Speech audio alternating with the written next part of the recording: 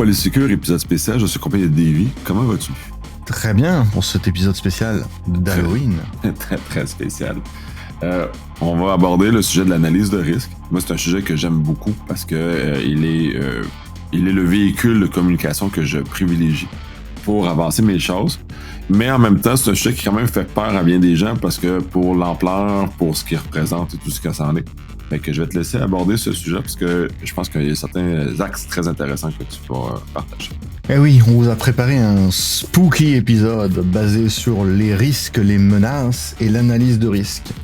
On le voit dans nos métiers, que ce soit la spécialité en sécurité ou en général.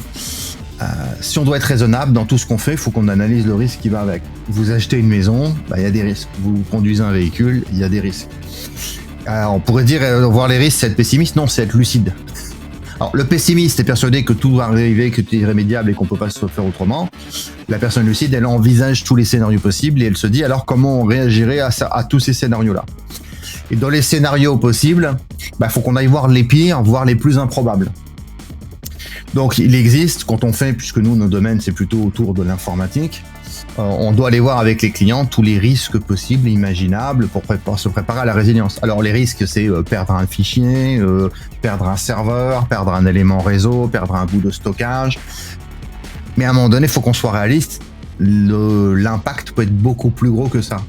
Donc, sur la résilience et comment on se prépare à la perte d'un objet applicatif ou d'un composant applicatif, on sait faire facilement, on a des méthodes, la sauvegarde, la reprise de site à site, la haute disponibilité, la faute tolérance, tout ça c'est possible.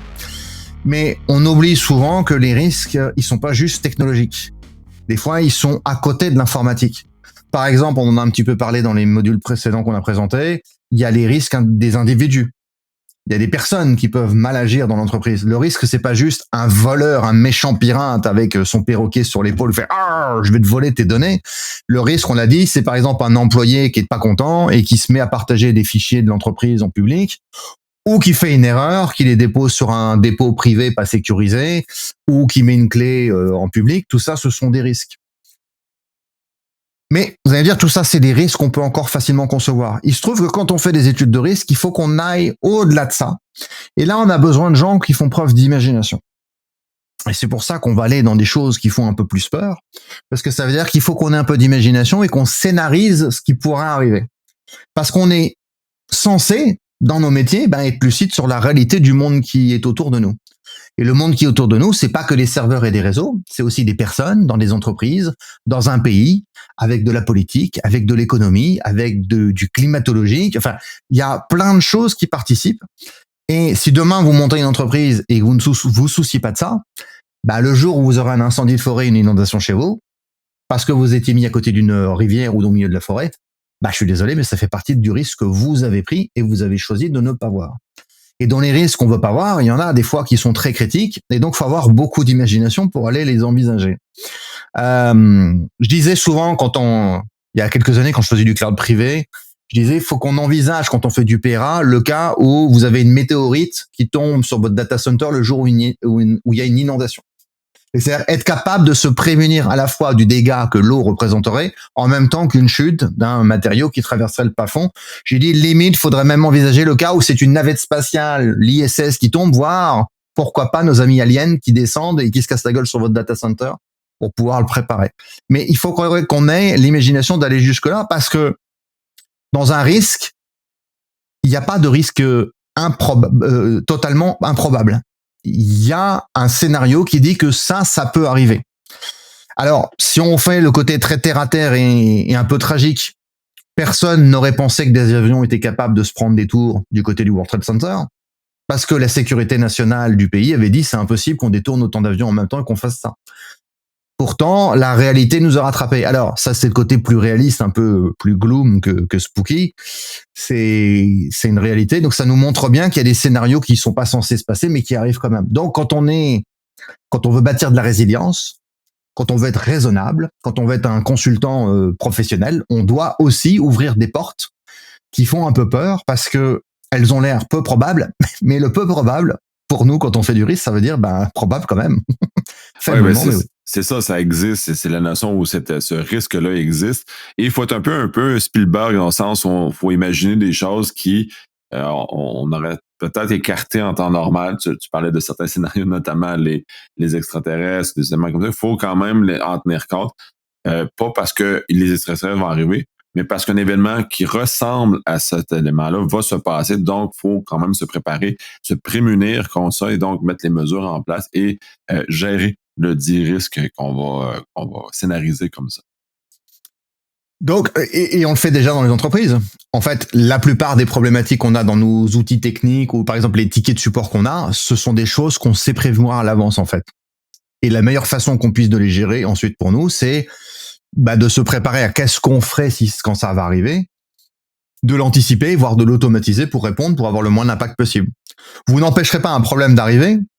Ce que vous voulez, c'est empêcher que ce problème ait un impact plus dérangeant ou en tout cas qui soit trop significatif. Et on peut avoir plein de pannes sans que ce soit significatif parce qu'on a justement préparé tout ça.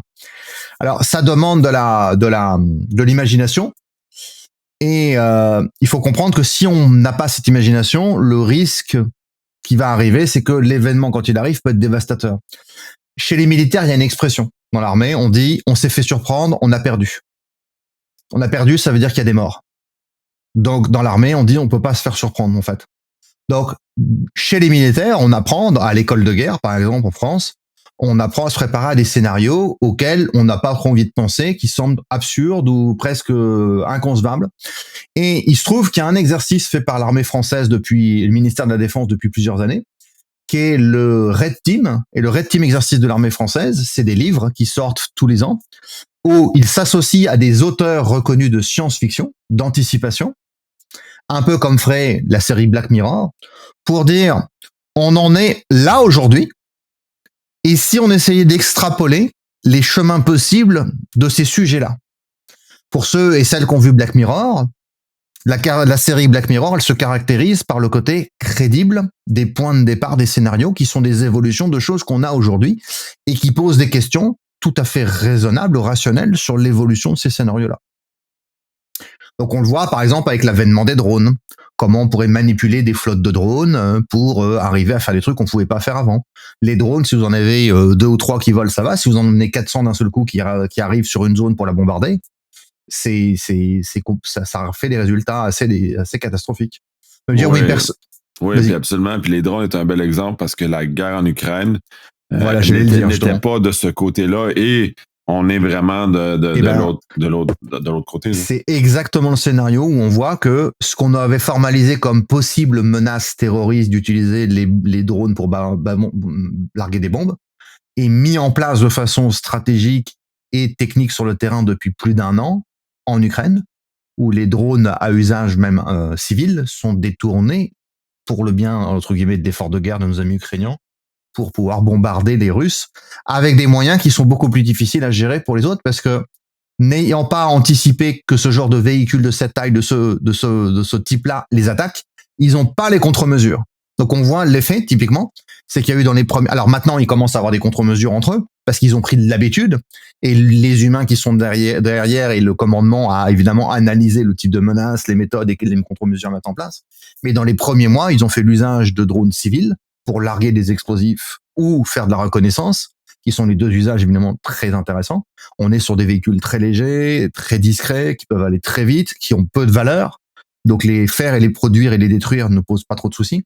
Les drones militaires les plus bas, on est sur du 5-10 000 euros pièce, hein, alors que du civil, on est sur du 100 euros. Donc c'est pas du tout la même chose. Donc il est facile d'en envoyer des flottes, de répéter, d'épuiser un terrain par l'effort justement de répétition, là où des munitions plus grosses, de plus gros calibre, sont plus difficiles à obtenir. Et puis, je rappelle que les usages militaires des armes sont déclarés, elles sont connues, il y a des modes... je veux dire, l'ennemi est susceptible de connaître ce qu'on utilise et ses failles, alors que quand on utilise des moyens dérivés civiques, c'est plus difficile de s'y préparer parce qu'on ne connaît pas forcément l'équipement. Vous voyez ? Donc on voit typiquement là, c'est l'usage où on en aurait parlé il y a 5 ans, on aurait dit c'est une hypothèse que quelqu'un fasse ça. Et là, aujourd'hui, pour tout le monde, c'est acté, c'est du passé, c'est déjà dans la culture. Et il est probable qu'on ait d'autres conflits dans le monde qui réutilisent la même méthode demain parce qu'en fait, c'est devenu un acquis. Et donc, dans les exercices de la Red Team, effectivement, il y a un certain nombre de scénarios comme ça, où on envisage de voir dans le passé ce qui s'est passé et comment on pourrait faire évoluer ces scénarios. Il y a des scénarios, par exemple, qui sont basés sur le fait que on aura de plus de mal à stopper les menaces aériennes. Et donc, il faudra développer, comme on a en Israël, ce qu'ils appellent le dôme de fer, c'est-à-dire des endroits dans les pays où, si l'instabilité augmente, ben des endroits où on va faire un effort de protection sur des grandes villes qui seront protégées par une bulle, pas forcément physique, mais avec un réseau de protection. Et ça veut dire qu'on aura des zones entre les villes qui, elles, seront beaucoup moins protégées. Donc on a un État qui déclare déjà qu'il sera difficile de maintenir l'effort de protection de la même façon qu'on le fait aujourd'hui sur nos pays en paix. Et c'est beaucoup plus compliqué. Donc c'est intéressant de voir que on pousse des scénarios qui sont fictifs, on pourrait se dire, mais avec des bases tout à fait rationnelles. Et l'objectif, quand on fait de l'analyse de risque, c'est d'aller voir justement quel est le potentiel de ces menaces-là, de la réalité de ces menaces-là, et de pas être surpris quand ça arrive. De se dire, ça, on avait comptabilisé que c'est faisable. Et on le connaît, on le voit, il y a plein de moyens technologiques qu'on utilise aujourd'hui qui sont tout à fait normaux, où il y a 10 ou 20 ans, ça nous semblait être de la pure science-fiction, on les a aujourd'hui.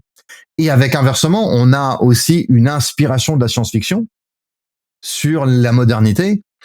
Si vous allez interroger des gens qui travaillent à la NASA ou sur le programme Ariane en France, il y a des fans de Star Trek et de Star Wars partout là-dedans. C'est-à-dire qu'on voit l'influence sur la technologie, sur les moyens mis en œuvre ou les idées de la science-fiction qui nous amène, tiens, une idée qui paraît... Alors, dans la science-fiction, il n'y a pas que des idées farfelues. Il y a des science-fiction où, évidemment, on est plus près du magique que de la science-fiction elle-même. Mais il y a des tenants de la science-fiction qui sont plus réalistes. On a l'anticipation, on a de la science-fiction plutôt plus réaliste qui peut avoir lieu, qui nous donne des idées de ce qu'on pourrait faire ou de ce qu'on pourrait être amené à faire. Alors non, on pourra pas se téléporter. Je rappelle qu'au concept de téléportation, même en physique quantique, il peut pas être possible. Mais l'équivalent d'une téléportation en physique quantique, ce serait de recopier l'état de vos atomes et de vos molécules pour les recopier à un autre endroit.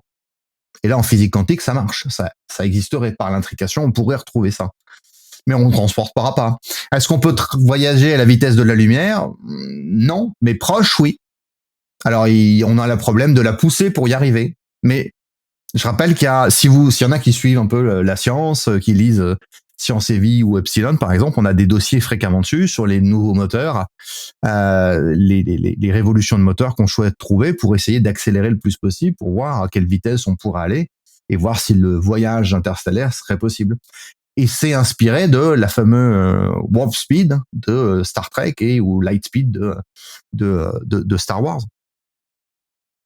Ouais, elles sont très intéressantes, puis ça nous amène dans d'autres zones, mais comme tu dis, justement, l'état de l'art pour la propulsion ne nous permet pas de l'atteindre, mais on y travaille très fort à ce genre de réflexion-là. C'est donc ça l'effet inspirant dans le cas de Star Trek et Star Wars pour nous amener nos réflexions et nous amener dans ces eaux-là, dans ces rêves-là qui peut-être vont être accessibles un jour, mais qui ne, pour le moment.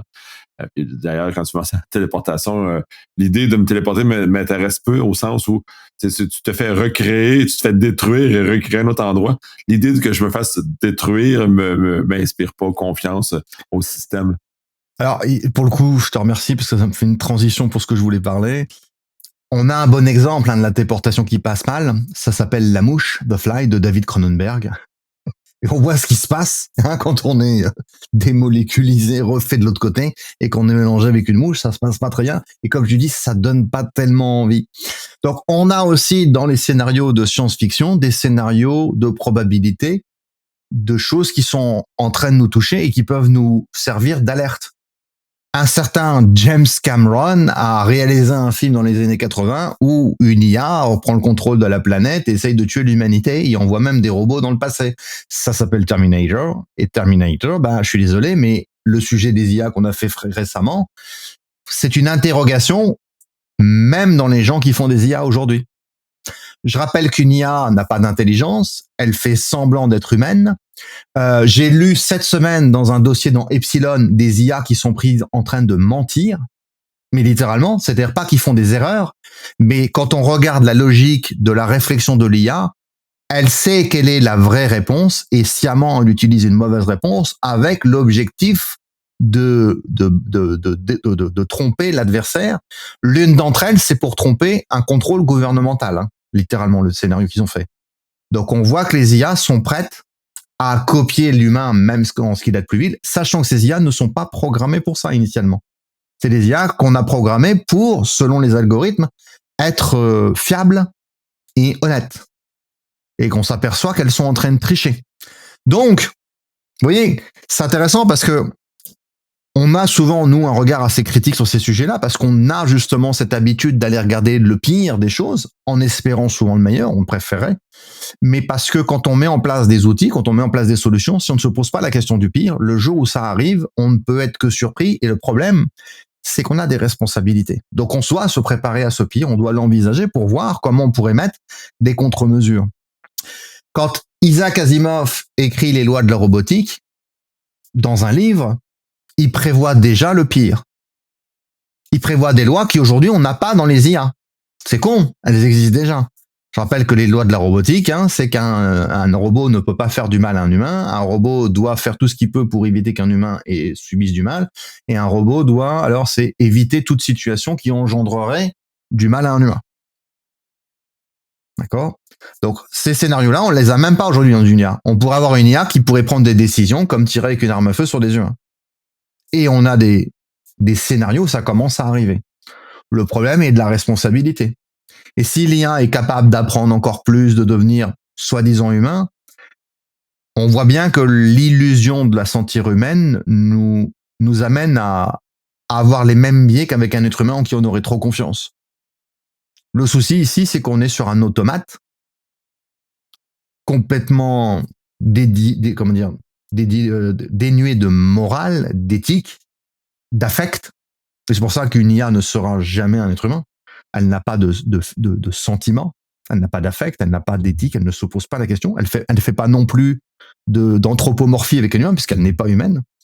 Elle ne fait que copier les réponses qu'on lui donne finalement. Et là, on voit bien que ça projette là aussi. Et dans Terminator, le scénario qui s'est produit, c'est l'humanité est considérée comme dangereuse pour elle-même. L'IA, c'est le scénario d'origine. L'IA a décidé de détruire l'humanité puisque l'humain est dangereux pour lui-même. C'est pas la première fois qu'on a ce scénario-là. On l'a déjà dit, une IA, elle apprend de ce qu'elle apprend des humains. Elle apprend où? Avec Internet. Ce scénario-là, il est disponible sur Internet dans plein de bouquins. Donc, nos IA sont en train d'apprendre qu'il est probable que l'humain dise que le scénario possible, c'est qu'une IA nous détruise. Donc, on est en train d'apprendre à nos IA à nous détruire. C'est déjà prévu. Là encore, on peut dire tout ça, c'est de la science-fiction, ce que tu dis. Oui, sauf que quand on regarde les évolutions, je suis désolé, mais quand le scénario de science-fiction et la réalité continuent à s'aligner, j'avoue que moi, c'est inquiétant. Moi, ça me fait vraiment peur.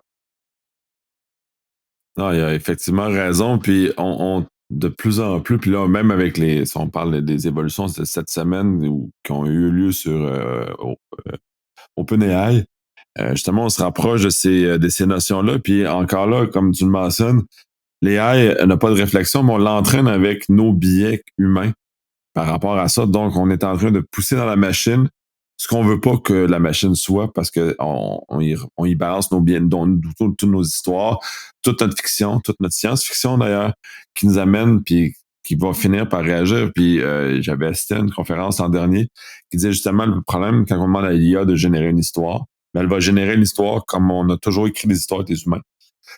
Avec dans le même ordre, dans la même façon, avec les mêmes rebondissements, parce que c'est sur ça qu'elle apprend. Elle apprend sur nous. Donc, sur notre façon de faire, sur nos choses. Elle présente un risque à terme de dévier, comme l'humain peut dévier, mais froidement, pas avec intention. Pas avec intention ou avec l'ordre caché dans ces lignes de code de prioriser une valeur, une rentabilité, plus que le facteur humain. Là encore, on peut retourner dans le cinéma, Ridley Scott, Alien. Le premier Alien, c'est le robot qui les sacrifie, puisque c'est lui qui ouvre le sas, le premier, qui fait rentrer c'est John Hurt qui a le facehugger qui est sur le visage. Ripley dit non, il rentre pas à la quarantaine, et c'est le robot qui décide d'activer. avec le capitaine et non, c'est le robot qui active et qui les laisse rentrer, et qui laisse rentrer la créature.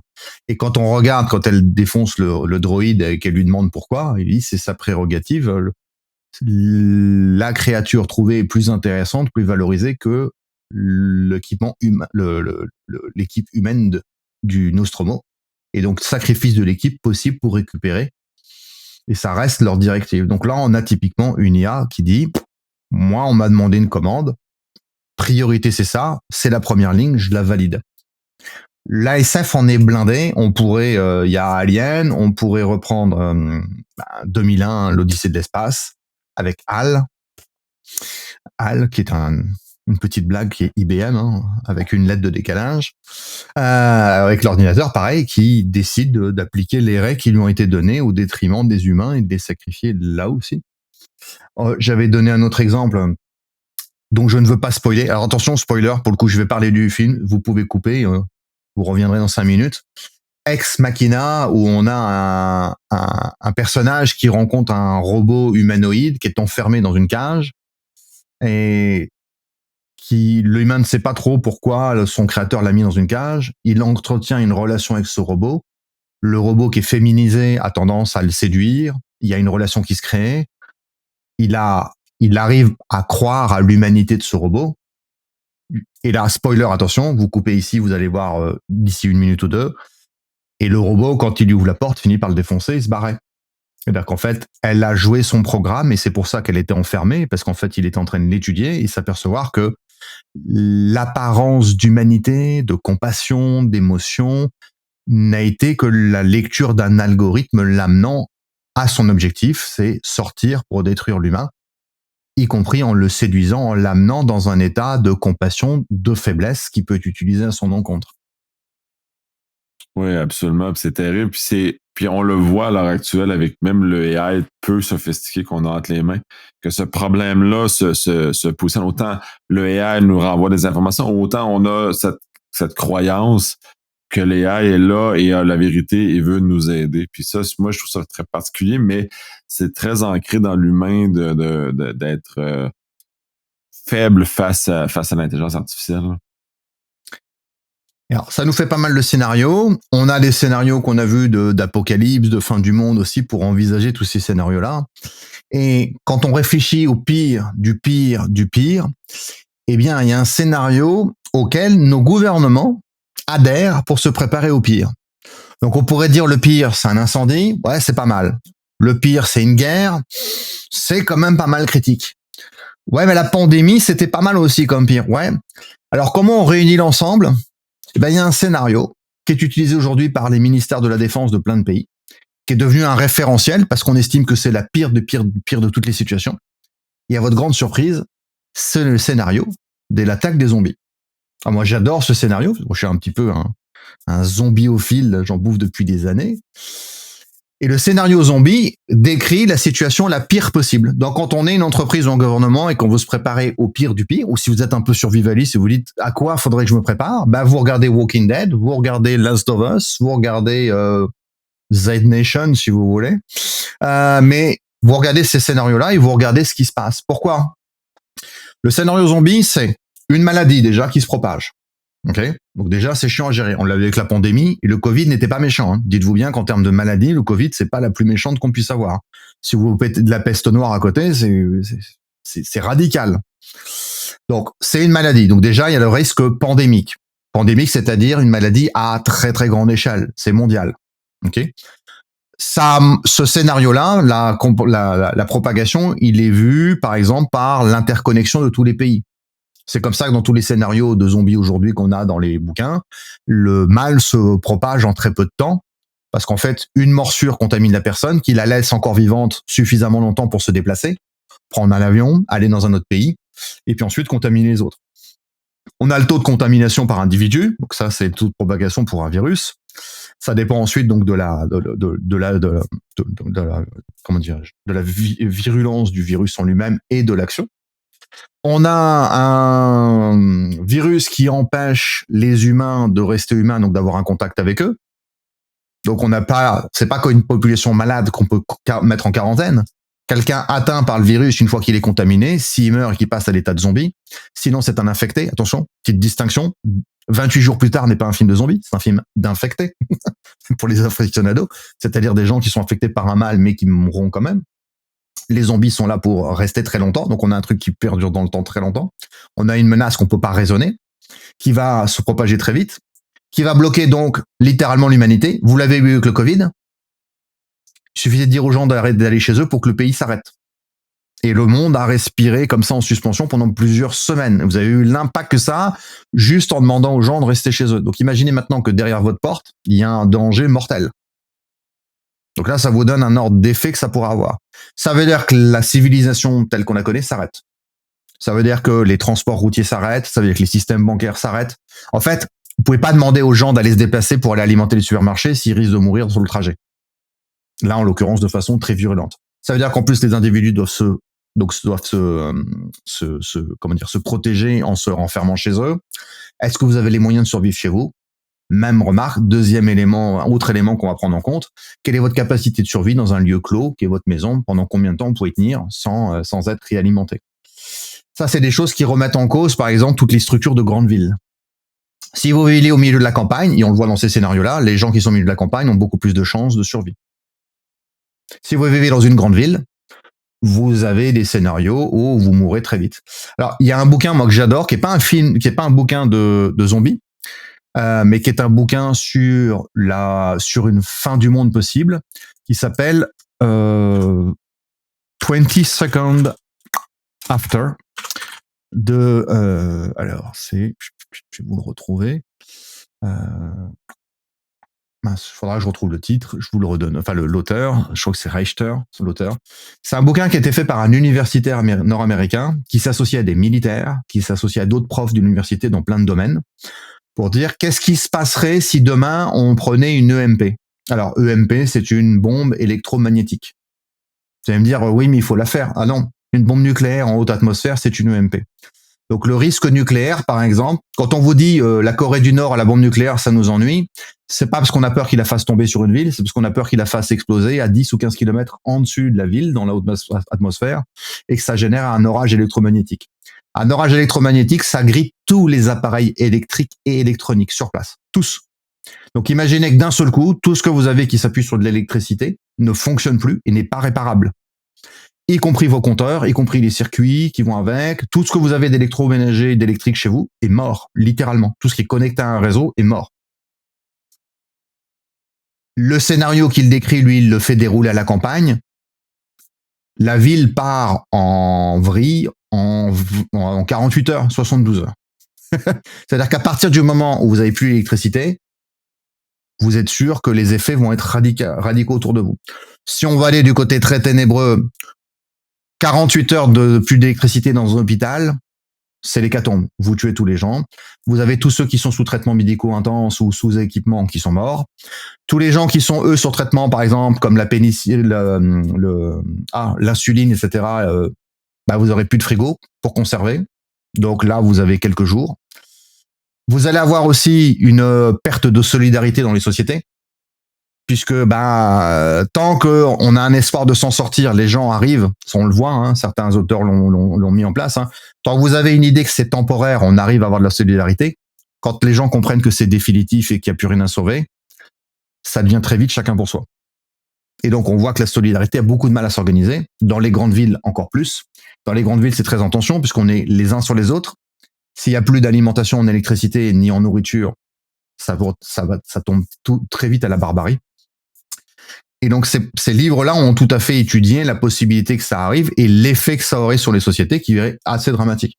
Dans le bouquin de Richter, d'ailleurs, il décrit que quand les campagnes arrivent à peu près à s'en sortir avec un taux de mort, on va dire, d'un tiers, et à reconstituer un truc à peu près stable avant l'hiver, ils se font attaquer quelques mois après par des hordes de survivants complètement malades qui reviennent des villes, qui eux n'ont pas pu s'organiser, mais qui sont en mode pure barbarie, quoi.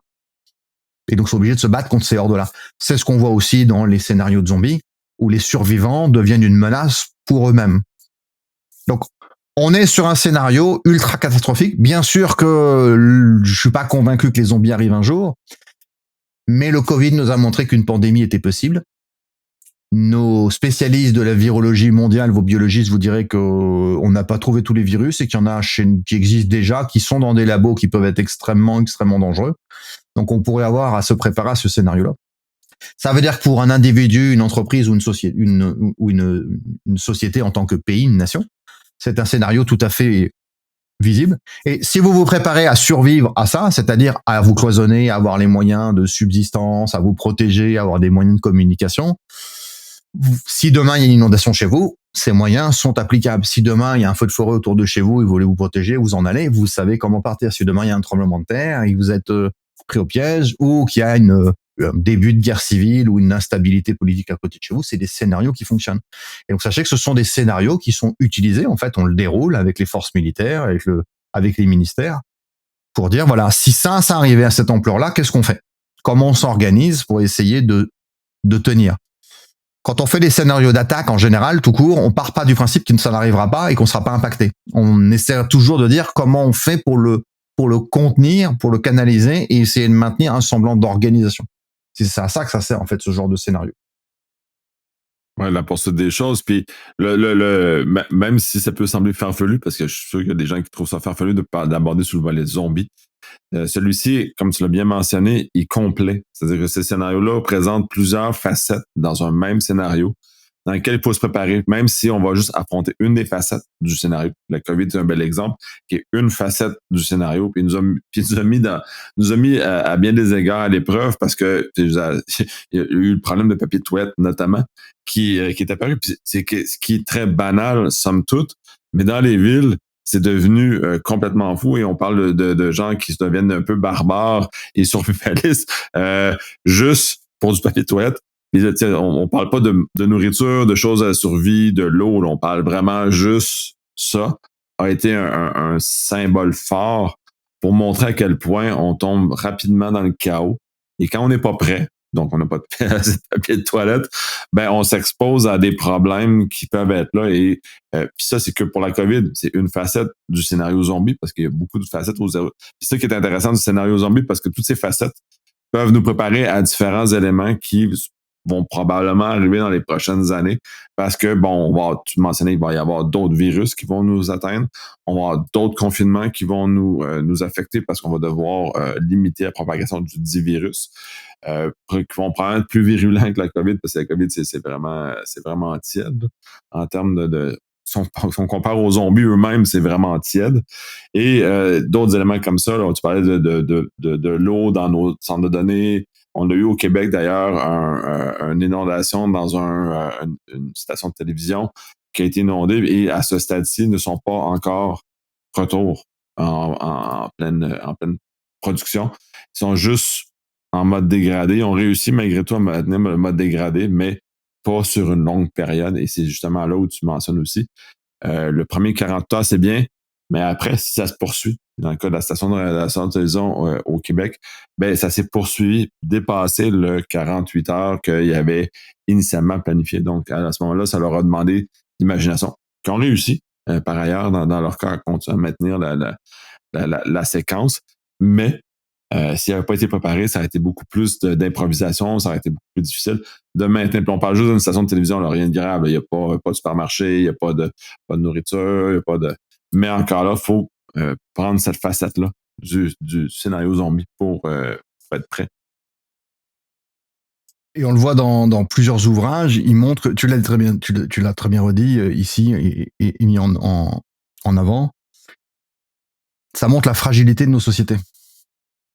C'est-à-dire qu'on est tellement en paix, on est tellement bien depuis des années dans la consommation, parce que en fait, depuis que la Seconde Guerre mondiale s'est finie, ça a calmé beaucoup de choses dans le monde, que pour beaucoup de pays, on vit dans une situation de paix. Et cette situation de paix nous fait oublier à quel point on peut être fragile et que nos équilibres sociaux sont fragiles. Et donc, ce que tu dis, hein, le papier toilette qui manque, qui fait que les gens deviennent violents entre eux, parce qu'en fait, d'un seul coup, l'individualisme se réveille. Moi aussi, j'ai besoin et il n'y a pas assez. Le souci de ça, alors, on le voit dans ces scénarios-là, des fois, enfin souvent, les pays qui s'en sortent le mieux, ce sont souvent les pays pauvres. Parce qu'ils sont déjà dans une situation d'urgence. Ils sont déjà à vivre avec très peu. Donc, eux, ils sont déjà adaptés, en tout cas, à la pratique de la vie courante dans une situation de stress. ce que nous ne sommes pas capables de faire. C'est pour ça aussi qu'on pourrait, je vais faire un pont théorique libre d'y adhérer ou non. C'est pour ça qu'on voit le nationalisme reprendre de l'avant dans les pays dits civilisés. C'est parce qu'ils sont en train d'avoir peur de perdre des choses. Et donc, dans ce cas-là, on se réfugie dans ce qu'il y a de plus, dans la, comment dire, dans l'approche la plus peureuse du monde, qu'est le nationalisme et le racisme. Et en France, on a un scénario qui va arriver. Paris a des parties qui est inondable. Et le climat fait qu'en France, on est censé avoir une crue, donc une inondation, donc une montée de la Seine très haute, tous les 100 ans. Sauf que la dernière, elle a eu lieu il y a plus de 100 ans. Et on l'attend. On sait qu'elle va arriver. Et aujourd'hui, toutes les institutions qui sont sur Paris s'y préparent. Et les transports parisiens, la RATP, a un plan d'action pour isoler les stations entre elles, etc., réparer. Ils estiment qu'il leur faudra 4 à 5 ans après l'événement pour repartir au même niveau qu'aujourd'hui. En étant prêt, en sachant que ça va arriver, en s'y préparant tout de suite. Donc c'est pour ça qu'on disait, et si ça perdure, et les effets. Donc on est sur des choses qui ont un bouleversement, qui vont amener du bouleversement, qui aura des impacts durables, qui eux-mêmes auront d'autres effets. Ça veut dire qu'on met en place des solutions. J'avais vu ça dans le métro new-yorkais. Ils ont des ballons gonflables pour isoler carrément des stations de métro en gonflant un truc énorme qui bouche carrément le canal entre les deux stations, là où passent les trains. On a ce genre de solution à mettre en place. Et sur je pense qu'on se quittera sur cette note plus réaliste et moins zombie, mais il y a une autre menace qui est beaucoup plus réaliste. C'est que le climat est en train de changer. Pas la météo, je le rappelle pour les climato-sceptiques, la météo et le climat, c'est pas du tout la même chose. Renseignez-vous avant des climato-sceptiques, s'il vous plaît, faites un effort. Mais le climat est en train de changer, la température monte, les océans vont monter. Donc des villes côtières comme New York vont à terme, d'ici 10, 20, 30 ans, se retrouver sous 6 mètres de flotte. Vous croyez qu'il va se passer quoi quand on aura 20 millions de personnes à déplacer d'un coup? Donc ces scénarios-là, aujourd'hui, il faut les prendre en compte. Et il est important pour nous, même en tant qu'individu, citoyen ou entreprise, d'anticiper ces besoins-là. À titre personnel, moi, je déménage l'année prochaine en province. Sachez que c'est une analyse que je fais pour l'endroit où je vais aller m'installer. Je regarde la montée des eaux, je regarde les inondations fréquentes, parce qu'on en a pas mal en France, les incendies, les sécheresses, etc., tous ces facteurs-là. Et je m'aperçois qu'autour de moi, quand je regarde les gens qui déménagent, il y en a plein qui se posent pas du tout la question, alors que l'actualité, c'est factuel, je veux dire, c'est déjà du passé pour certains événements. On est en plein dedans, c'est en train de nous arriver, et l'ignorer ne nous permettra pas d'éviter les effets. Non, absolument. Puis c'est tout un problème de faire l'autruche. En cyber, on a ce problème-là. Les entreprises ne se préparent pas parce qu'ils pensent que ça n'arrivera pas. Mais quand on arrive dans des éléments beaucoup plus fondamentaux comme ceux-ci, effectivement, on est dans une place. Moi, ma maison est choisie dans une place qui n'est pas inondable. Point. Parce que j'ai choisi d'être dans une zone qui est pas comme ça. J'ai d'autres problèmes d'infiltration dans ma maison, mais l'inondation n'est pas un de ces problèmes-là. Donc, je sais que sur un horizon de 50 ans, jusqu'à temps que je ne sois plus, j'aurais pas de problème d'inondation ou d'inondation permanente, parce que tu le mentionnes, c'est au niveau de l'augmentation du niveau de l'eau. Les villes comme Montréal, New York sont situées sur le bord de l'eau avec des niveaux qui sont très, très à l'heure actuelle au niveau de l'eau, vont être progressivement amenés à disparaître. La Hollande est un pays qui est sous l'eau, qui est construit comme ça, qui ont fait quand même un miracle d'ingénierie de résister depuis tant de temps de vivre dans un pays qui est sous l'eau. Mais ça va devenir de plus en plus difficile pour eux parce que le niveau d'eau va être de plus en plus élevé, donc leur capacité à sortir l'eau du territoire va être atténuée. Et donc, à terme, vont ce qui va engendrer une migration d'à peu près 30 millions de personnes dans le reste de l'Europe, et qui sera la plus grosse migration européenne, qui déstabilisera entièrement tous les pays d'Europe et toute l'économie européenne. C'est pour ça que quand on a des nationalistes qui disent le problème vient d'Afrique, je dis non, je crois que vous ne comprenez pas la réalité de ce qui risque d'arriver très très rapidement. Et bouger 30 millions de personnes, ça a forcément un impact. Peu importe leur couleur de peau, peu importe d'où ils viennent, ça déstabilise forcément le monde, en plus du traumatisme humain, de devoir se reconstituer, de reconstruire, d'avoir une culture entière qui se déplace. Aujourd'hui, c'est les îles du Pacifique, certaines qui commencent à disparaître. C'est loin, c'est très peu de monde, donc on a la sensation que ça nous dérange pas. Mais comme tu l'as très bien donné, l'exemple de la Hollande, et c'est pas le seul, c'est un pays, la Hollande, qui est majoritairement sous le niveau de la mer. et qui va avoir le problème, c'est que le niveau de la mer risque de monter. Là, les estimations qu'on a, c'est plutôt de l'ordre de 4-5 mètres dans les 50 prochaines années à venir. C'est beaucoup. C'est énorme. Et faut comprendre que l'évolution de montée des océans, c'est pas juste que vous serez plus vite sur la plage. C'est qu'à chaque grande marée, quand les marées bougent, ça va aller taper plus loin dans les côtes, dans des zones qui vont se retrouver d'un seul coup inondables. On aura ce qu'on appelle les vagues submersion, c'est-à-dire des moments où les vagues vont aller très loin dans les terres. Une terre qui n'a pas du tout été habituée à ça, qui va elle-même se dégrader plus vite. Donc les estimations qu'on a de pénétration des eaux dans les terres est sous-estimée aujourd'hui. Donc la maison près de la plage, c'est bien. La maison dans la plage, c'est un peu moins bien. La maison dans la mer, je suis désolé, c'est un sous-marin et à vous de voir si vous en avez envie. Hein.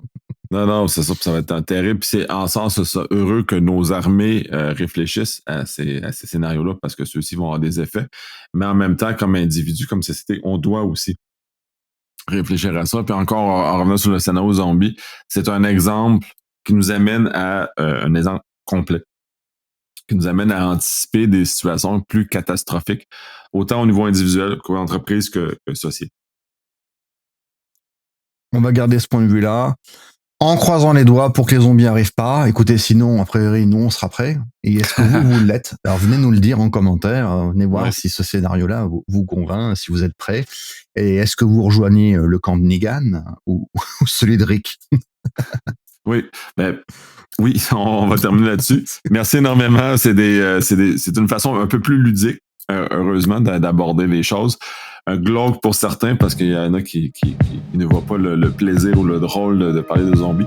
Mais ça nous amène dans un contexte de réflexion qui est très intéressant. Merci énormément. Merci à toi.